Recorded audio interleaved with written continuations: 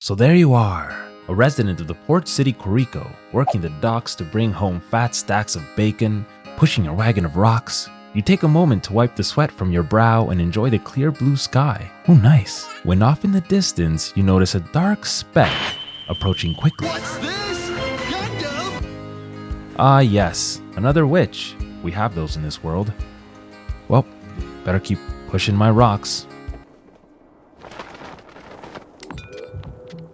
Kiki's Delivery Service, released in 1989 and adapted from Eiko Kakuno's novel of the same name, follows Kiki as she leaves her home to become a full-fledged witch. Wow, it's aimed at kids and young adults, including Studio Ghibli's own animation staff. Basically, anyone who's leaving their homes to try their luck in the big city. It explores the many masks we wear in society and what it means to be true to yourself.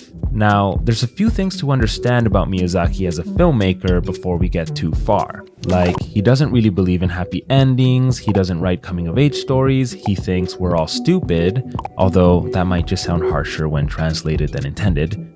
And he makes movies to fill in some gap in children that he believes is caused by the current state of the world. Or more accurately, the state of the world as he predicts it will be in the 2 to 3 years' time that it takes him to make a movie. So he can predict the future.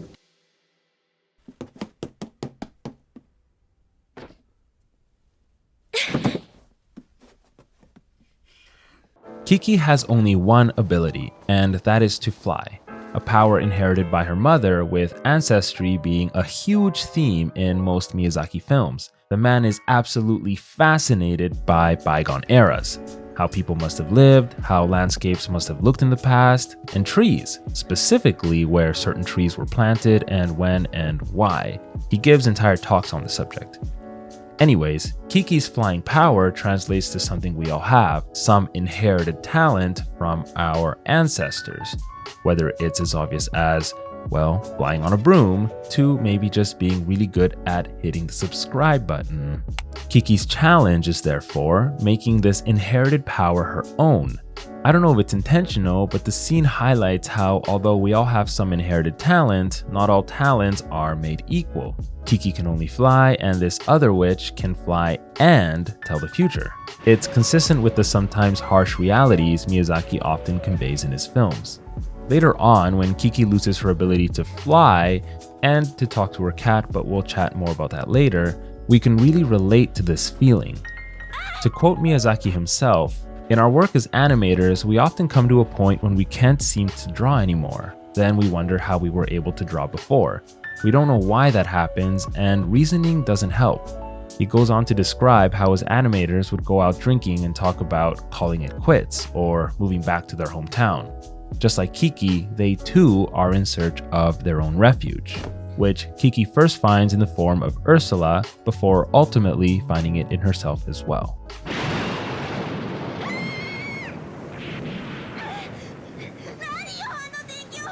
So the whole time the film is negotiating between dependence and independence, and you might wonder, if Kiki is leaving home to become independent, how can she truly call herself independent if she's still relying on her inherited gift of flight to be independent? Well, there's a reason for this. You see, Miyazaki believes that kids just aren't made the way they used to be. Times have changed. Used to be you left home and made something of yourself or you died. Now, you can leave home and still be fully supported by your parents, and this is represented by Kiki's ability to fly even after having left home. When Kiki's Delivery Service was being made, magical girls were in full fashion, and Miyazaki didn't like how they just succeeded without much effort.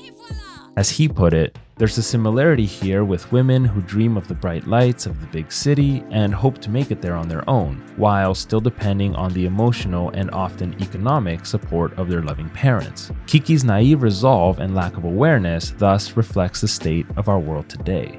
Well, okay then, so Kiki needs to become fully independent, right? Wrong. Kiki still needs to learn to live in the town, which inherently requires some dependence on the community around her. This is best highlighted early in the film when Kiki leaves home and is flying in search of her new town. It's shown as a quick scene, but you can really imagine that a journey like that, while liberating, would also have been quite lonely, and not without hardship.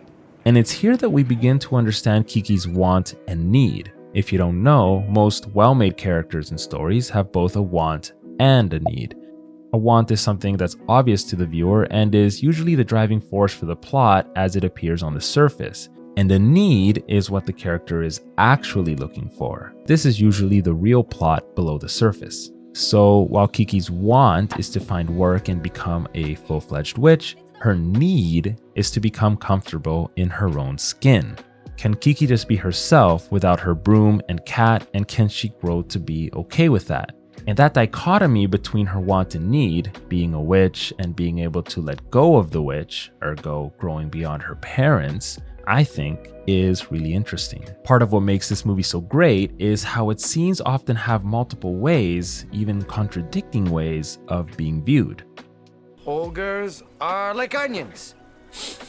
They stink? Yes. No. Oh, they make you cry? No. Layers. Onions have layers. When Kiki leaves to go on her journey, it's obviously a happy moment, but also must have been quite lonely. When Kiki delivers the pie to the unappreciative granddaughter, that's just the way life goes sometimes. She didn't need to be thanked, she got paid. And when Kiki shows to have grown, at least a bit, by the end of the film, we're treated to what has to be one of the saddest scenes in Ghibli. Not Grave of the Firefly sad, of course, but like a kind of nostalgic type of sadness.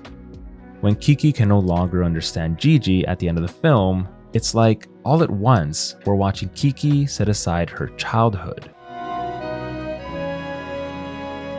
Gigi.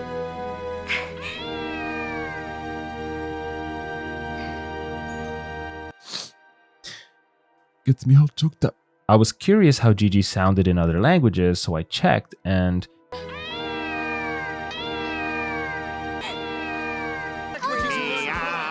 English Gigi sounds just about ready for Broadway. As I said earlier, Miyazaki isn't a man for happy endings or coming-of-age stories, as in, there isn't some magical moment when we come of age and now we can stop growing. He builds worlds that can extend well beyond the film's runtime, if only in our imaginations. So it's entirely possible that one day, Kiki loses the ability to fly entirely.